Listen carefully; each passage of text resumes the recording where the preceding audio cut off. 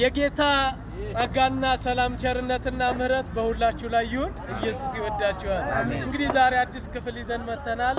ያው ልብ ለእናንተ ክፍል አንድን ሳበስር እጅግ ደስ ይለኛል። አሜን ሃሌሉያ። ትንቢተ ሚልክያስ ምዕራፍ 4ን በጌታ በኢየሱስ ስም አነባለሁ። ይላል እግዚአብሔር ቃል፣ እነሆ እንደ ምድጃ እሳት የሚነድ ቀን ይመጣል። ትዕቢተኞችና ኃጢአትን የሚሰሩ ሁሉ ገለባ ይሆናሉ።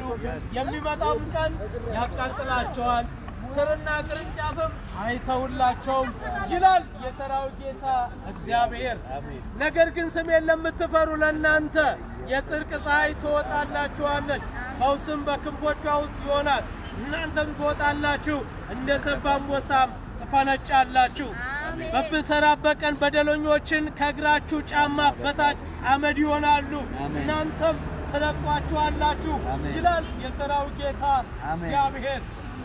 ለእስራኤል ሁሉ ሥርዓትና ፍርድን አድርጌ በኮሬብ ያዘዘውትን የባሪያን የሙሴን ሕግ አስቡ። እነሆ ታላቁና የሚያስፈራው የእግዚአብሔር ቀን ሳይመጣ ነቢዩ ኤልያስን እልክላችኋለሁ።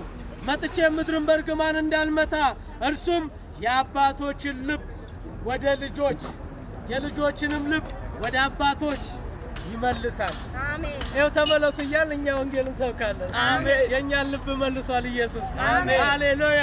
ምን እንበል? ተመለሱ። ወደ ማን? ወደ እግዚአብሔር። አሜን። ክብር ለስሙ ይሁንለት። ለዚህ ጌታ ክብር ይሆንለት ዘንድ ዝቅ ብለን እናከብረዋለን። ማንቶ ኮሎዲ ለአራዱላ ሰከቶጃ አንቶ ኮዲና መንቶ ለቦሲያ። አቤቱ እግዚአብሔር እናመሰግንሃለን። ይህንን ቃል እንድንናገር የረዳህን ጌታ ስምህ ይባረክ። ክብር ሁሉ ክብር ለኢየሱስ። በጭብጨባው ኢየሱስ ጌታ ነው።